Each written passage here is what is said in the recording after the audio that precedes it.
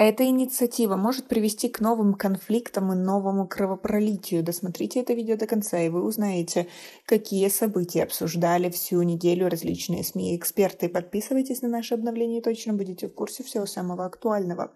Обеспокоенность по поводу выдачи оружия жителям приграничных районов Кыргызстана, надежды и разочарования по поводу посредничества России в урегулировании приграничного конфликта, отсутствие доступа к образованию для детей с ограниченными возможностями. Эти темы были самыми актуальными в СМИ на этой неделе.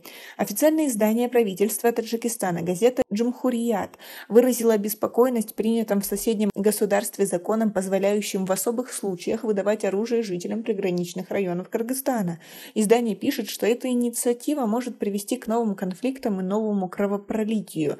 За более чем месяц в кыргызских СМИ было опубликовано много информации о закупке оружия и вооружения, и создается атмосфера ненависти и неприязни к таджикам, что вызывает обеспокоенность, пишет автор. 20 октября текущего года депутаты Жегарку Кинеша приняли законопроект, позволяющий в особых случаях выдавать оружие жителям приграничных районов Баткенской и Ошской областей.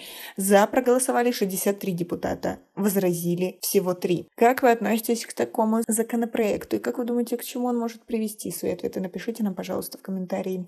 Азия Плюс проанализировала возможность посреднической роли Москвы в приграничном споре между Душанбе и Бишкеком, заявив, что Таджикистан и Кыргызстан представляет Кремль соответствующие документы и их видение решения этой проблемы. Автор пишет, что Россия, не претендуя на какую-либо посредническую роль, может изучить документы, сопоставить их с имеющимися в их распоряжении документами, которые могли бы лечь в основу возможных договоренностей. Газета «Пайк» пишет, что война в Украине разрушила мировой порядок, и ни одной из сверхдержав больше нет дела ни до нарушений прав человека, ни до беспорядков. Издание отмечает, что Россия, которая была для Таджикистана стратегическим партнером, после начала войны больше не обращает внимания на угрозы Талибана и оставила Таджикистан наедине с этими угрозами, поэтому таджикистанцам необходимо рассчитывать только на себя в вопросе защиты границ и усиления боеготовности своих военнослужащих, отметил автор. Как вы относитесь к позиции России? Действительно ли все так плохо?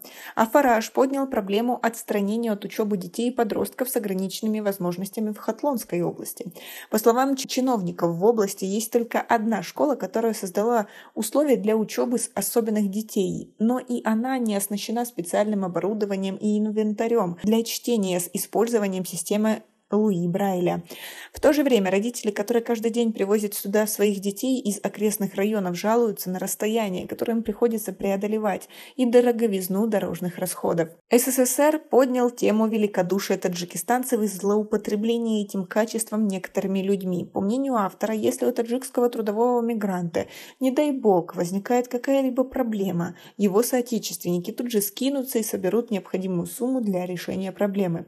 Но в то же время, по словам автора, в Душанбе появилась группа бедствующих, которые хотят за чужой счет осуществить свои мечты, чтобы такие щедрые люди купили им дом, а также решили еще 1001 их проблему. Однако результатом такой вымышленной бедности может стать то, что жертвующие станут сожалеть о таком своем великодушии и больше не будут выступать в роли спасителя, пишет издание. А вот издание Имрус Ньюс вынесло на обсуждение головную боль большинства таджикистанцев – энерголимит в регионах страны. Автор, цитируя слова президента Таджикистана на встрече с активом города Нурек, пишет, что нынешний лимит в некоторых регионах страны носит временный характер. Ежегодное отключение электричества в осенне-зимний период является актуальной проблемой для страны.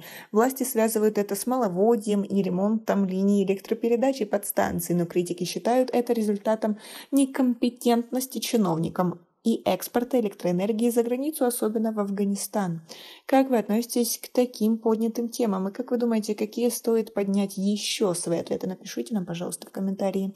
У нас пока на этом все. Оцените наше видео подпиской и лайком. До скорой встречи.